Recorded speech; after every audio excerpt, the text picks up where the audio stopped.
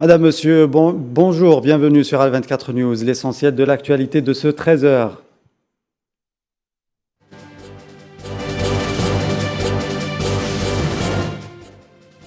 Le président de la République algérienne, Abdelmadjid Tebboune, n'ira pas à la conférence internationale sur la Libye qui se tient demain dans la capitale française Paris.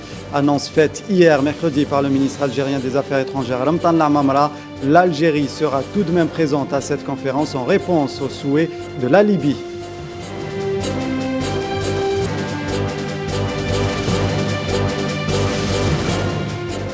Covid-19, l'Europe touchée de plein fouet par une nouvelle vague de contamination record enregistrée. Plusieurs pays réinstaurent le pass sanitaire.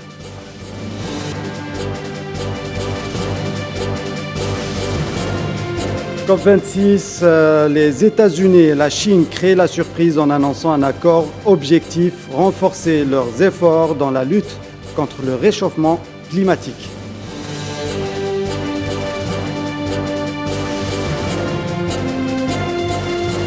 Économie, relations algéro-turques vers un renforcement des relations entre les deux pays dans tous les secteurs confondus.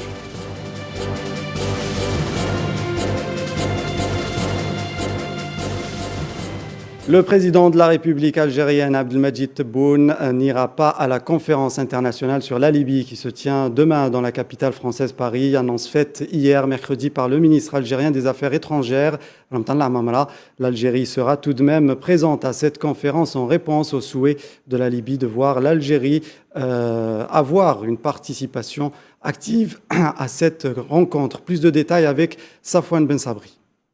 Après avoir reçu une invitation officielle de la part du président français Emmanuel Macron pour prendre part à la conférence de Paris sur la Libye, l'Algérie a répondu à l'invitation de Paris en indiquant que les conditions n'étaient pas encore réunies pour la présence du président Abdelmadjid Tebboune. Ce sont là les déclarations du ministre des Affaires étrangères Ramtan Lamamra. L'Algérie a pris la décision de prendre part à la conférence sur la Libye avec un représentant. Pour le président de la République, les conditions n'étaient pas encore réunies pour qu'il puisse être présent personnellement à cette conférence. Le président Abdelmadjid Tebboune démontre à chaque fois tout son intérêt qu'il porte à la Libye, de son souci de voir les frères libyens œuvrer ensemble pour le renforcement de la cohésion nationale du peuple libyen. Rappelant que le président français a déclaré que l'État algérien était inexistant avant la colonisation française, que l'Algérie était un système politico-militaire qui entretenait une rente mémorielle, que l'État falsifie l'histoire officielle et qu'il ne s'appuyait pas sur des vérités historiques qui en réalité ne desservent pas la France. C'est aussi dans ce contexte que la France a divisé par deux le nombre de visas accordés aux Algériens, une énième provocation pour Alger dans un contexte de campagne électorale où l'extrême droite gagne de plus en plus d'influence dans la scène politique française. Ces sorties répétées du président français ont agrandi le fossé diplomatique entre Alger et Paris, sorties auxquelles le président Abdelmadjid Tebboune a répondu en affirmant qu'il ne fera pas le premier pas en direction de la France. Le ministre algérien des Affaires étrangères, Ramtan Lamamra, a condamné fermement la campagne menée par le Maroc en faveur de l'octroi à l'entité sioniste du statut d'observateur à l'Union africaine. Les détails avec Mohamed Amin Berkan. La campagne menée par le Maroc en faveur de l'octroi à Israël du statut d'observateur à l'Union africaine. L'Algérie, par le biais de son ministre des Affaires étrangères, Ramtan Lamamra, la condamne fermement. Des pays arabes et africains, membres de la Ligue arabe et de l'Union africaine, de la Mauritanie jusqu'à l'Égypte, ont été contre l'octroi du statut d'observateur à Israël, à l'exception du voisin de l'Ouest qui mène une campagne féroce en faveur de ce statut. Critiquant la décision du président de la Commission de l'Union africaine, Moussa Faki Mahamat, d'accorder ce statut à Israël, le ministre algérien des Affaires étrangères a indiqué que ce dernier n'avait pas le droit de mettre en péril l'unité de son organisation sur une question politiquement sensible sans le bénéfice de consultations préalables. C'est la mécanique institutionnelle qui est un facteur important. Il s'agit d'Israël dont le comportement n'est pas conforme aux buts et principes de l'Union africaine, a-t-il soutenu. Le chef de la diplomatie algérienne a salué l'attitude des pays africains comme l'Afrique du Sud, le Nigeria, la Tanzanie et la Namibie qui se sont tous opposés à l'octroi du statut d'observateur à Israël. Lorsqu'on regarde les choses objectivement, on se réjouit qu'au sein de l'Union africaine, il y ait un tel niveau de maturité, une telle réceptivité au bon sens commun et politique qui fait que nous défendons notre organisation continentale parce que nous voulons qu'elle soit indépendante, a déclaré Ramtal Lamamra. Il invite ces pays à continuer à faire tout ce qui est possible pour promouvoir les intérêts légitimes des peuples africains. Les intérêts légitimes ne peuvent être promus de manière efficace que dans l'unité du continent, a-t-il signalé. Notons que le reproche qui est fait à Moussa Faki est d'avoir perdu de vue le fait que l'intérêt suprême de l'organisation et son unité ont été mis à rude épreuve. Concernant le prochain sommet des chefs d'États africains en février prochain, qui devra revenir sur la question de l'octroi du statut d'observateur à Israël, Ramtal Lamamra dit compter sur la sagesse collective pour trouver la voie qui va permettre de protéger et préserver l'unité de notre continent et l'efficacité de notre organisation. Au Bénin, 129 ans après, les 26 œuvres d'art détenues jusque-là par la France ont été réceptionnées mercredi en fin d'après-midi par les autorités béninoises à l'aéroport du Cotonou. Une cérémonie officielle a été organisée avec la présence des plus hauts responsables du gouvernement béninois. Parmi les œuvres figurent des statues totems de l'ancien royaume d'Abomey ainsi que le trône du roi Béhanzin, pillé lors de la mise à sac du palais d'Abomey par les troupes coloniales françaises en 1892.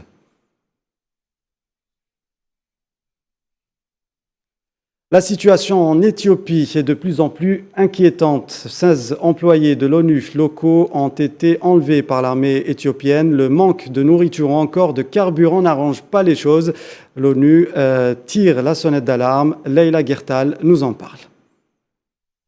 La situation va de mal en pis en Éthiopie après que la coalition du Tigré ait déclaré son offensive pour la prise de la capitale, Addis Abeba. Les dernières informations en date parlent d'une prise d'otages d'employés des Nations Unies travaillant sur place. Il serait plus précisément au nombre de 16. Ces arrestations sont intervenues lors d'opérations militaires de l'armée éthiopienne, en alerte depuis le début du conflit et surtout depuis les menaces des chefs rebelles de démettre le président Ahmed Abiy de la présidence. Ces opérations visaient les Tigréens dans le cadre de l'état d'urgence. 16 employés donc onusiens alors que 6 autres ont été libérés. Ces employés sont des travailleurs locaux dans le pays. Cette arrestation s'apparente plutôt à une prise d'otage qu'à une arrestation hasardeuse, une sorte d'instrument de marchandage entre les mains du pouvoir éthiopien. L'ONU s'inquiète du sort de ses ressortissants, ceci en rappelant que ce n'est pas la première fois que des employés onusiens agissant en Afrique sont des victimes de contentieux politiques et armés sur le terrain.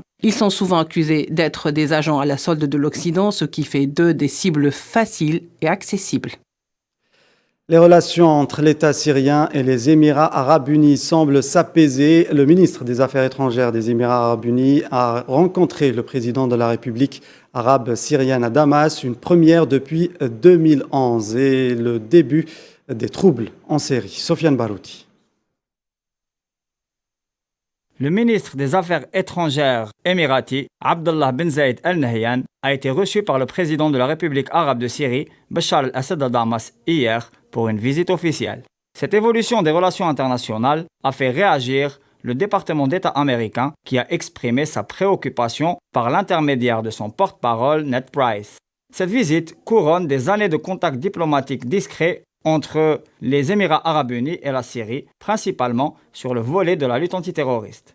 La rencontre casse non seulement l'isolement de Damas, privé de sa profondeur arabe depuis plus de 10 ans pour cause de suspension de la Ligue arabe, dont, rappelons-le, la Syrie est un membre fondateur. La rencontre a été également l'occasion de confirmer la perspective de coopération économique entre les deux pays sur le dossier stratégique de l'énergie, qui se cristallisera bientôt par l'ouverture d'une centrale électrique.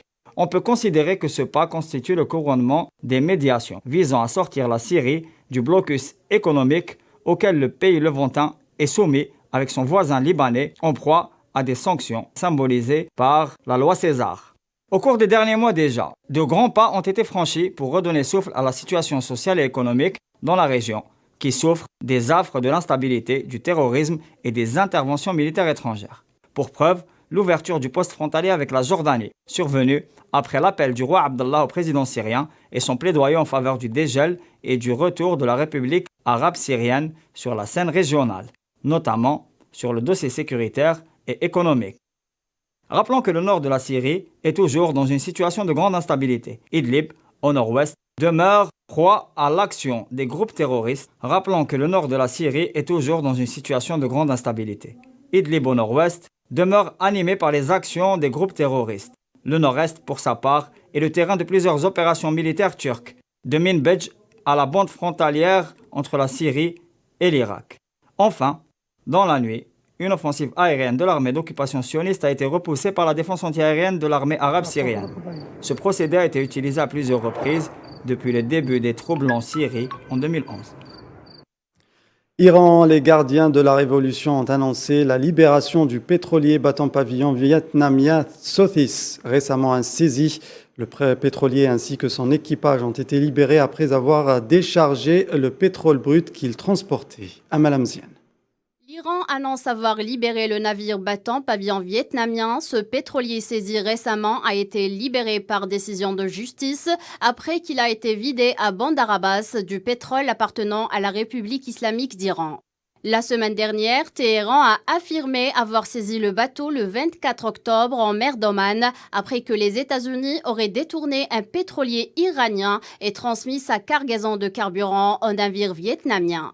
Les forces américaines à bord d'hélicoptères et de navires de guerre ont poursuivi le pétrolier mais n'ont pas été en mesure de donner la chasse et se sont rendus selon Téhéran. Cependant, les autorités vietnamiennes ont indiqué jeudi travailler en étroite collaboration avec l'Iran pour apporter des éclaircissements sur la saisie de ce pétrolier, précisant que les 26 membres d'équipage étaient en bonne santé et bien traités. Covid, quatrième vague pour certains, cinquième pour d'autres, l'Europe est touchée de plein fouet. Des contaminations en record, des pays comme le Danemark ont réintroduit le pass sanitaire. Les détails avec Neila Hamouda. L'Allemagne fait face à une flambée inquiétante de contamination au Covid-19. Plus de 50 000 nouveaux cas quotidiens ont été enregistrés et 235 morts recensés en seulement 24 heures. Les hôpitaux se retrouvent de plus en plus sous tension. Cette quatrième vague pourrait être la pire depuis le début de la pandémie, alors que quelques 70% de la population adulte est vaccinée. Un scénario qui risque de se répéter dans d'autres pays européens. Avec 8 000 nouvelles infections par jour en moyenne, la Belgique retrouve un rythme de propagation du virus qui n'avait plus été atteint depuis un an. En Autriche, le pays le moins vacciné d'Europe occidentale, fait face lui aussi à une hausse de cas de contamination. Après un nouveau record de 10 000 nouvelles infections, le pays durcit ses mesures sanitaires. Désormais, un pass sanitaire est obligatoire pour accéder aux endroits publics. La Grèce n'est pas épargnée, la situation redevient compliquée. Plus de 8 500 nouveaux cas les dernières 24 heures, un nouveau record depuis l'apparition en février 2020 de la pandémie dans le pays, où les hôpitaux commencent de nouveau à être débordés. 2 mois seulement après avoir abandonné les mesures contre le Covid-19, le Danemark rétablit le passeport sanitaire. Plus de 85% de la population de plus de 12 ans ont reçu un vaccin. Le nombre quotidien dans le pays n'a pas cessé d'augmenter pour atteindre plus de 2000 patients contaminés ces derniers jours. La France, quant à elle, se prépare à une 5e vague. L'ONU attendait plus d'efforts de la part des États présents à la COP26. Les États-Unis et la Chine s'engagent à renforcer leurs efforts dans la lutte contre le réchauffement climatique. Une décision saluée par le secrétaire général des Nations Unies, Antonio Guterres. Retour sur cet accord surprise avec Iman Meret. Les plus gros émetteurs mondiaux de dioxyde de carbone, la Chine et les États-Unis, ont dévoilé ce mercredi un accord portant sur les émissions, dans l'optique d'intensifier leur coopération dans la lutte contre le changement climatique et préserver les négociations de l'ONU sur le climat. L'accord consiste à réduire les émissions de méthane en procédant à la suppression progressive de la consommation de charbon et à la protection des forêts. Le délégué américain pour le climat John Kerry et son homologue chinois Xi Zhanhua ont annoncé l'accord cadre lors de la conférence des Nations Unies sur le climat à Glasgow, en Écosse. Après 11 jours de pourparlers sur les enjeux climatiques à Glasgow, quelques accords ont vu le jour en matière de lutte contre le réchauffement climatique, notamment la déforestation, la réduction des émissions de méthane. L'Inde a quant à elle annoncé contre toute attente l'augmentation de ses ressources en énergie renouvelable afin de produire 50% de son énergie d'ici 2030. Même si les annonces semblent prometteuses, leurs réalisations peuvent être remises en cause. Les pourparlers vont se poursuivre jusqu'au 12 novembre prochain. Les plus grandes puissances mondiales devront concrétiser leur financement de pertes et atteintes telles que consignées dans l'accord de Paris, pour maintenir l'objectif de 1,5 degré d'ici 2050. Aux États-Unis, dans l'affaire du Capitole, un tribunal autorise la transmission au Congrès de documents de Donald Trump. L'ancien président américain s'était pourvu en justice pour bloquer la divulgation de documents de la Maison-Blanche qui pourraient éclairer sur son rôle dans l'attaque de ses partisans sur le Capitole en janvier dernier. Les détails avec Sohila Akilal. Tout porte à croire que les efforts que fournit Donald Trump pour freiner la progression de l'enquête parlementaire sur l'assaut contre le Capitole du 6 janvier dernier par ses partisans pourraient être vains. Un tribunal américain a autorisé la transmission au Congrès de documents liés à cette attaque inédite. La juge fédérale a estimé, je cite, que la Cour soutient que l'intérêt du public exige de répondre favorablement au vœu conjoint des branches législatives et exécutives d'étudier les événements qui ont mené au 6 janvier. Les avocats du milliardaire ont déjà fait part de leur souhait de faire appel de cette décision. L'ex-président américain Trump souhaitait empêcher la diffusion à la commission d'enquête de la Chambre des représentants, assemblée contrôlée par les démocrates, d'un nombre de documents incluant les listes de personnes ayant pris contact avec lui le jour de l'attaque du Capitole. Pas moins de 770 pages de documents comprenant des dossiers de son ancien chef de cabinet Mark Meadows, de son ancien conseiller principal Stephen Miller et de son ancien conseiller adjoint Patrick Philbin. Le milliardaire républicain qui avait notamment invoqué le droit de l'exécutif à garder certaines informations secrètes voulait éviter la publication du journal quotidien de la Maison-Blanche, incluant un compte-rendu de ses activités, voyages, briefings et appels téléphoniques. D'autres documents compromettants figurent parmi la liste que Trump voulait dissimuler, notamment des mémos adressés à son ancien attaché de presse, Kayleigh McEnany, une note manuscrite sur les événements du 6 janvier, ainsi qu'un projet de texte de son discours lors du rassemblement Save America qui a précédé l'attaque. La commission d'enquête parlementaire cherche à obtenir des témoignages qui pourraient évoquer ce que le président savait de l'assaut avant qu'il ne se déroule et de sa réaction après l'événement. Le fondateur et directeur général de Tesla, Elon Musk, a vendu lundi pour environ 5 milliards de dollars d'actions du constructeur de véhicules électriques, après avoir annoncé ce week-end qu'il envisageait de se séparer de 10% de ses titres, décision prise par le milliardaire afin de payer des impôts. Elon Musk, qui avait justement publié un sondage sur Twitter pour s'enquérir de l'avis de ses followers, quant à la vente de 10% de ses actions Tesla afin de payer ses impôts. Les 3,5 millions de votants ont d'ailleurs répondu favorablement. Au Japon, la chambre basse du Parlement japonais a réélu mercredi Fumio Kishida au poste de Premier ministre après que son parti libéral-démocrate PLD a remporté les élections législatives du mois dernier, ont rapporté les médias locaux. Fumio Kishida, également président du PLD, a été désigné 100e Premier ministre du Japon le 4 octobre dernier, avant la tenue des élections législatives.